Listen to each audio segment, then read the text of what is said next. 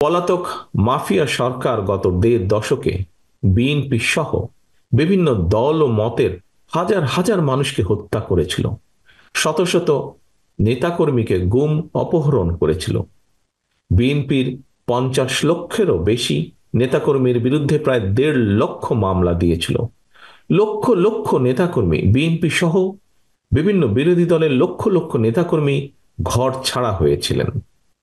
অকারণেই, বিনা কারণে, বিনা অপরাধে mother of democracy Begum Khaleda জিয়াকে ৫ বছরও বেশি সময় কারাবন্দী করে রাখা হয়েছিল।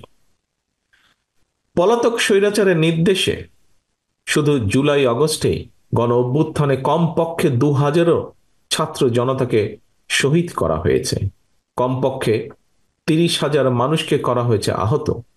গণ অভ্যুত্থানের এই সময় শুধুমাত্র বিএনপি এবং এর অঙ্গ সহযোগী সংগঠনের শুধুই মাত্র ৪ শতাধিকেরও বেশি নেতাকর্মী শহীদ হয়েছেন। এর বাইরেও যারা শহীদ হয়েছেন বা হতাহত হয়েছেন, হয়তো তারা সরাসরি বিএনপির কর্মী নন, তবে অবশ্যই তারা বাংলাদেশের পক্ষের শক্তির সাহসী প্রাণ। তারা ছিলেন আমাদেরই কারো সন্তান, আমার, আপনার, আমাদেরই কারো ভাই, কারো বন্ধু, কারো সহকর্মী কিংবা স্বজন।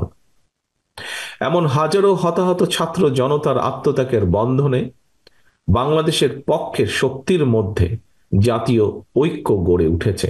সুতরাং আমরা যারা বেঁচে আছি, শহীদদের আকাঙ্ক্ষার একটি গণতান্ত্রিক, মানবিক, বৈষম্যহীন বাংলাদেশ প্রতিষ্ঠার মাধ্যমে শহীদদের রক্তের ঋণ পরিশোধ করা আমাদের দায়িত্ব।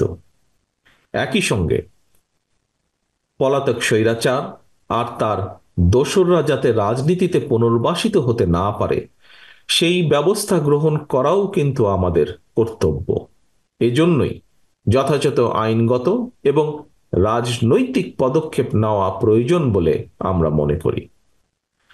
পলাতক মাফিয়া খুনিদের পুনর্বাসন ঠেকাতে তাদেরকে একদিকে আদালতে বিচারের মুখোমুখি করা প্রয়োজন, অপরদিকে তাদেরকে অবশ্যই জনগণের আদালতের রাজনৈতিক বিচারে প্রত্যাখ্যাত হওয়ার পরিস্থিতিতেও ফেলতে হবে। যদি এই দুয়ের সমন্বয় ঘটাতে পারি আমি দৃঢ়ভাবে বিশ্বাস করি গণবিরোধী বিতাড়িত অপশক্তি বাংলাদেশের রাজনীতিতে আর মাথা তুলে দাঁড়াতে সক্ষম হবে না।